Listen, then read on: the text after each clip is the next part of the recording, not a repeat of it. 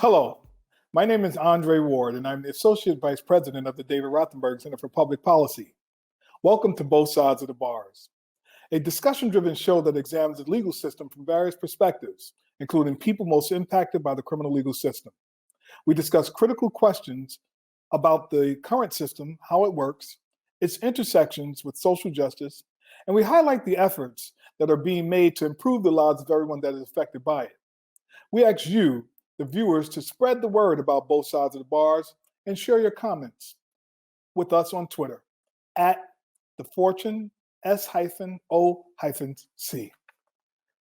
Today's show is entitled In Solitary Confinement in New York City, Jails and New York State Prisons. Over the past several years, jails and prison advocates and activists has called for the ending of solitary confinement, a practice that has subjected generations of incarcerated men and women to inhumane punishment and segregated confinement with little to no human interaction for extended periods of time. As a result, many have experienced emotional and physical trauma, while others, like Khalif Browder, Layleen Polanco, and countless others, lost their lives. According to a report from the Prison Policy Initiative, in the United States, where the use of solitary confinement is widespread, an estimated 80,000 people are held in some form of isolation, and on any given day, and in a single year, over 10,000 people were released to the community directly from solitary.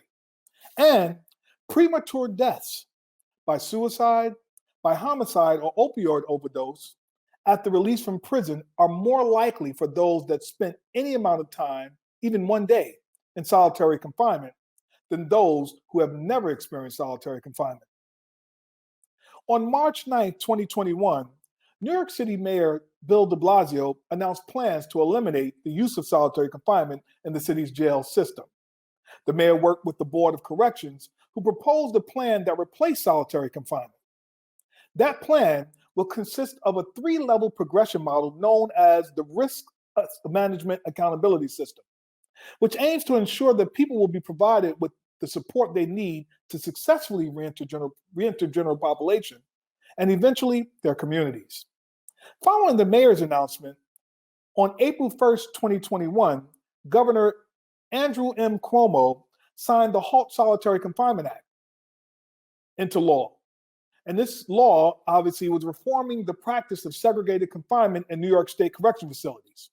The legislation limits the amount of time an incarcerated person can spend in segregated confinement to 15 days, clearly defines and reduces the number of disciplinary infractions eligible for segregated confinement, and exempts certain vulnerable populations from going into solitary. And those populations include the young, elderly, pregnant women, people with disabilities, and individuals with serious mental illness.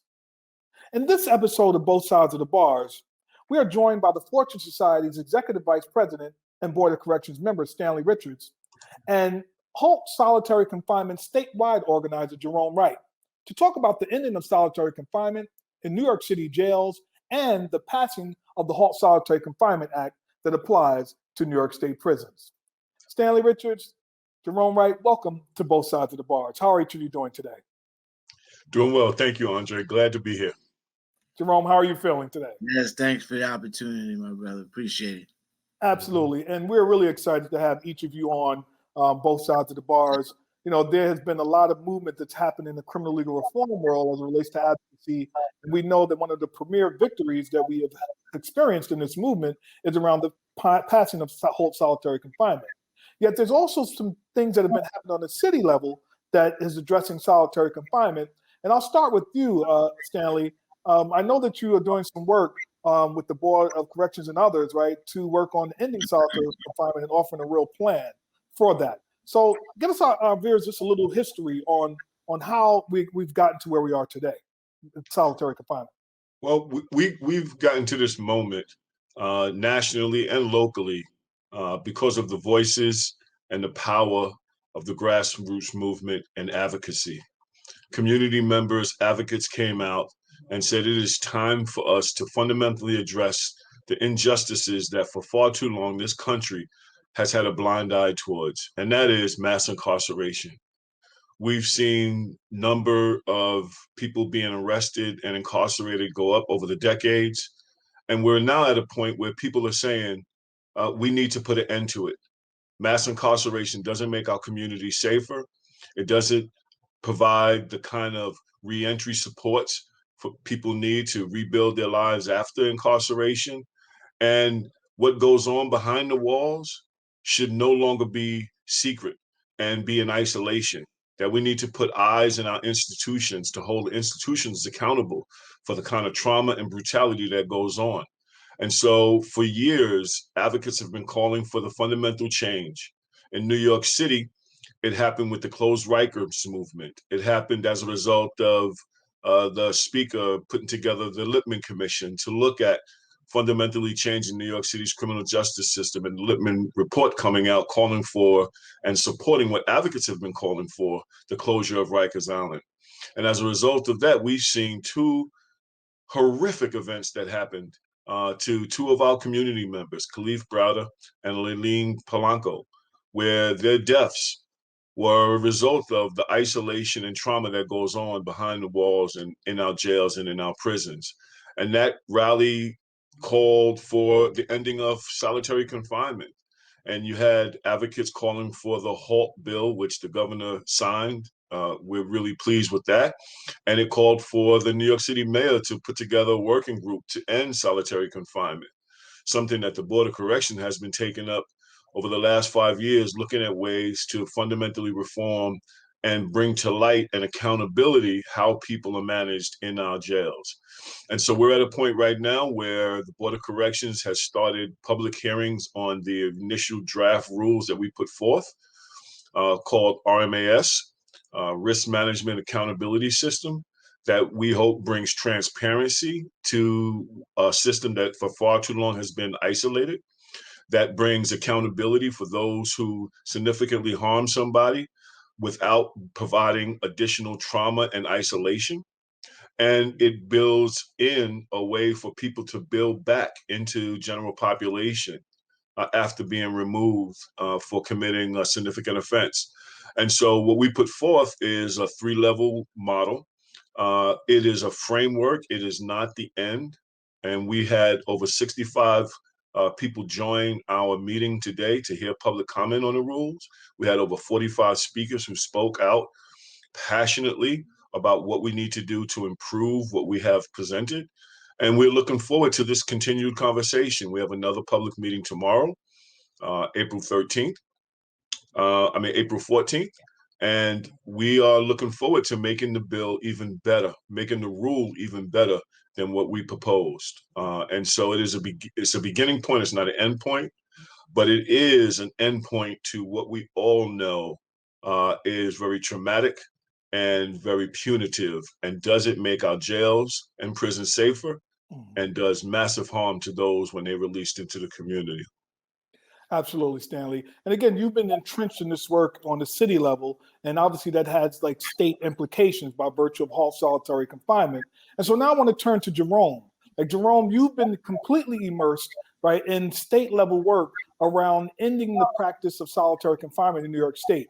It has now been passed as law by the governor. But give our viewers just some context and history too around the state impact, right, of solitary confinement, what it does to people while they're incarcerated, et cetera. Jerome? Sure. Thank you. Well, first of all, let me just say, as a survivor of solitary myself, and I use the term survivor loosely because there are some residual damage that I still have to deal with.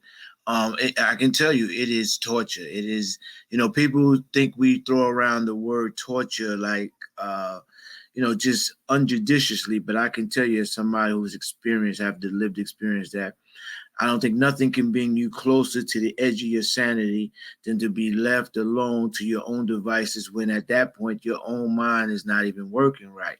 So rather than getting help and treatment to help you to get your mind to work right to begin with, you get put in this extreme isolation, and then the desensitization, the lack of any real human contact, the lack of education, the lack of therapy, programming, the lack of even interaction with religious services, all stem to make you feel less than human. It is much dehumanizing, and the torture is real. As a matter of fact the matter is this all stems from the UN General Assembly's rule on the treatment of people who are incarcerated, that the rule says that anything more than 15 consecutive days of isolation is considered torture. And routinely in the city and in the state, we have had men, women, and children in this isolated confinement, solitary, for weeks, months, years, and decades. And when you say UN, Jerome, you mean the United Nations, The correct? United Got Nations, it. right? Okay. So this is international law. So Right. you putting people in prison for allegedly breaking state and city laws when you are visiting on them a violation of international proportions by violating the international law, which is affectionately known as the Mandela Rules. That's what they're called. They're codified as the Mandela Rules, and said no one should be. Listen, right now, a person could go and bomb in complete barracks of American soldiers and would be put in a detention situation and could not be held for more than 15 consecutive days by international law.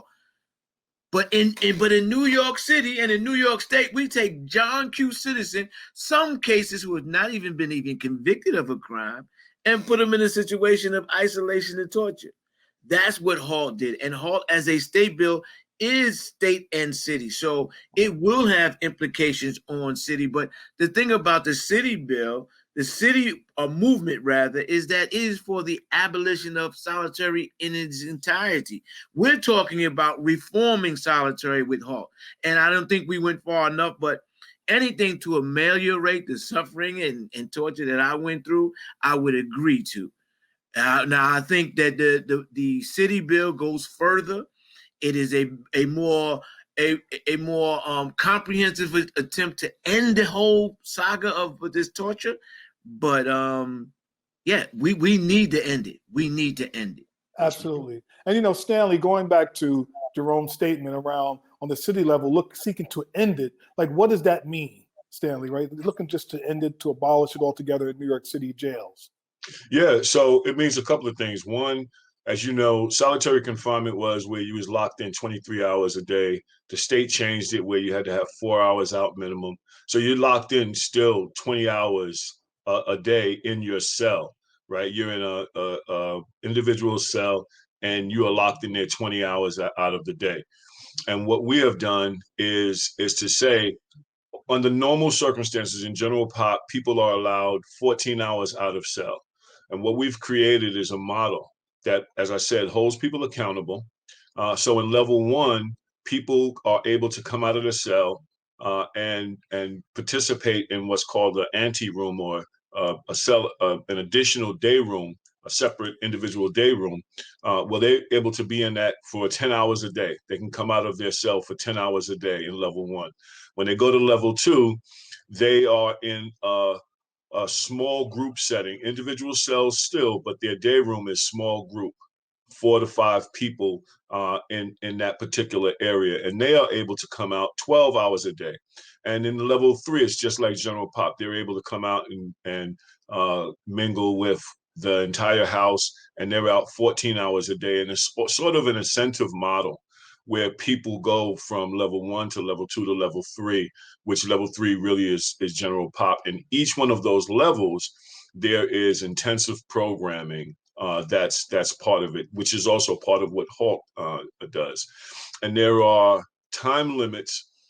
Advocates are calling for us to put definitive time limits, but there are time limits on how long someone could stay in level 1, how long someone could stay in level 2, and level 3. We've been hearing feedback that we need to tighten down on the timeline, the time people can spend in there, but there's a specific amount of time that people can spend in there, and they get evaluated and can move to the next level during those evaluation periods. Got it. And so, Jerome, going back to HALT solitary confinement, describe to our viewers, right, what are some of the elements in it, right? What are some of the provisions, right? I know not having someone inside for up to 15 days. What are some of the other elements and provisions that make up this bill? You're on mute, Jerome. Yes, technology. So it is really a comprehensive approach. It's not just the 15 days. We're talking about the due process allocations that come before you even get there. Right now, if you went to any solitary confinement unit, right now, about 45 to 50% of people there shouldn't be there because the offense that they're charged with should not have risen to the level of them being put in this. So we're talking about only certain categories of people who violate certain rules would even be eligible to go to solitary confinement. The other thing is we have exclusionary classes, and you mentioned some of them. No pregnant or nursing mother will ever see the inside of a solitary confinement cell, and they shouldn't. Nobody under 21 who we all know that. Listen, I was under 21 a while ago. I ain't had no sense then. I don't know why people think that just because you 16, 17, 18 that you got it together because you think you got it together. And so now we won't do that. We'll get people under 21 help. They don't have to go to solitary and lose their minds or end up like Khalif Browder.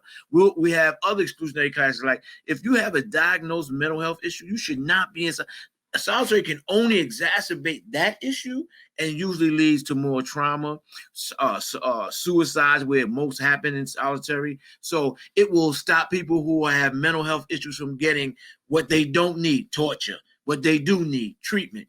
And the whole principle behind HALT is that there will be accountability and monitoring. This system has gone off the rails for so long. Getting it back on the rails is not a signing by the governor. It's going to need to be monitored, reporting. Right now, almost 60% of the people in solitary confinement are Black and brown people.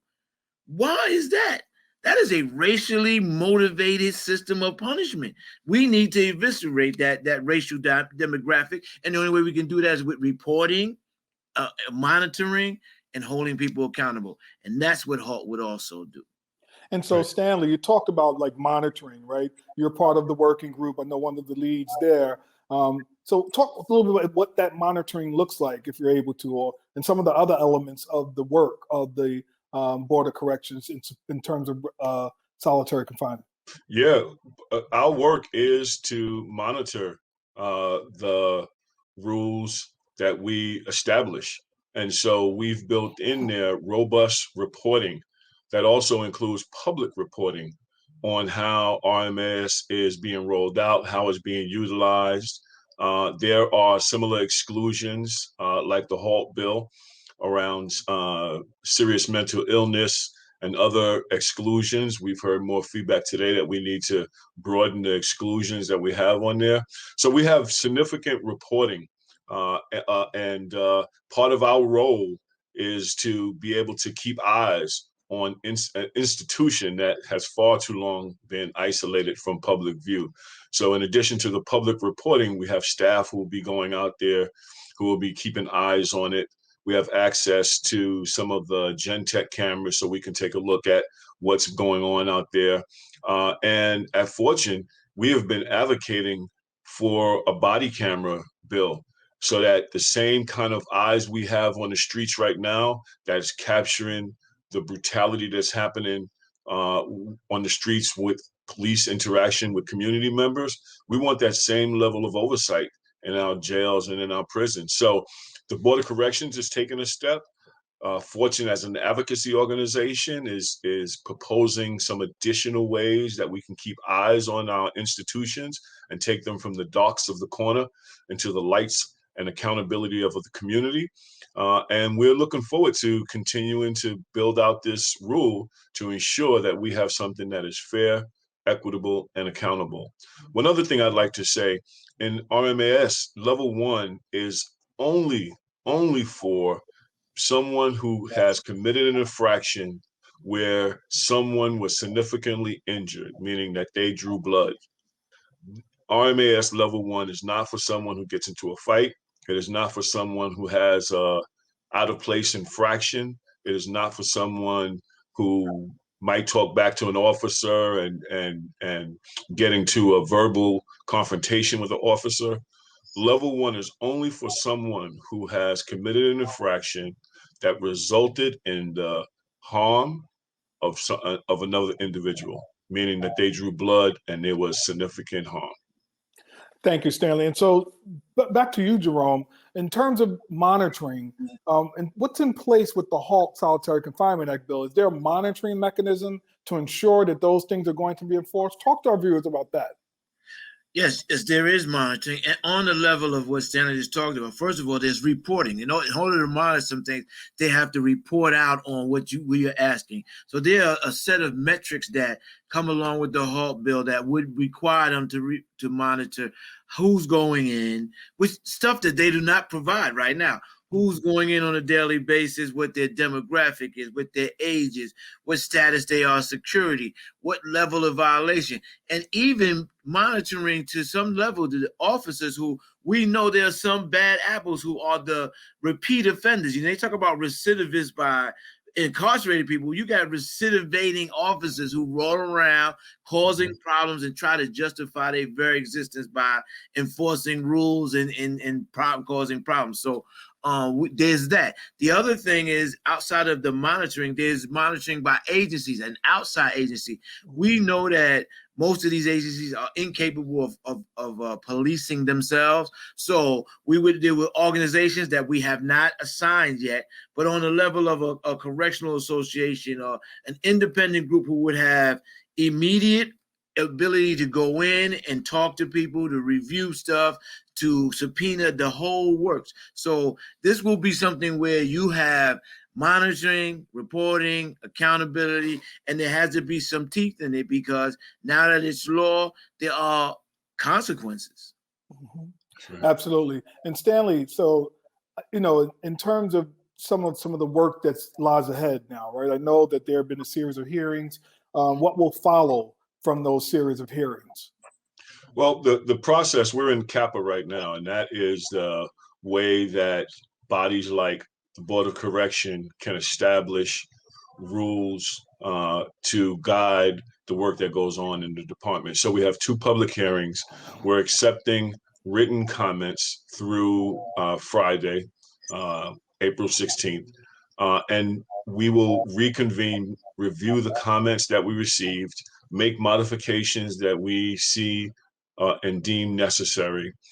Once we make those modifications, we need to review with the law department those rules, and then take a final vote on those rules. And when we take a final vote, those rules would then become law that DLC would need to abide by. So that's one part of the process. There's another part of the process that we need to tackle, and that is the front end of our criminal justice system. And it's not necessarily the board's role, but it is something that Fortune and other organizations, and something Jerome just talked about. We must reduce reliance on mass incarceration. It starts with police reform, and there's a blueprint for police reform, and there's a commission that's looking at race and equity in this city. And you can't begin to look at race and equity in this city unless you look at the charter, the guiding document that establishes every agency and every government function in our city.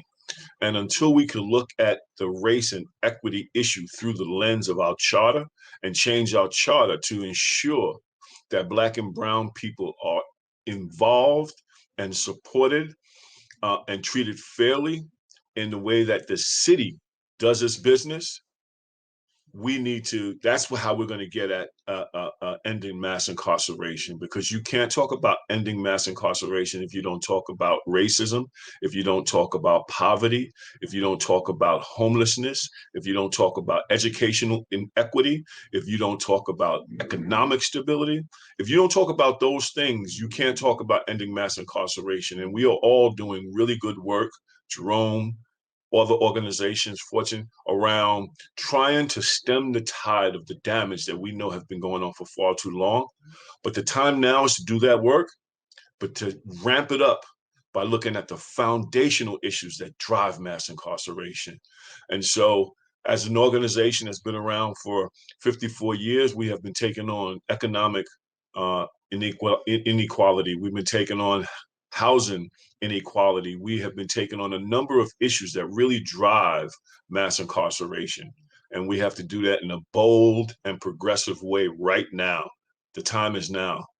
We Absolutely. can't afford to lose another soul to this devastating system. Absolutely. And Jerome, I'm going to leave you with some final closing thoughts as we wrap up, unfortunately, gentlemen.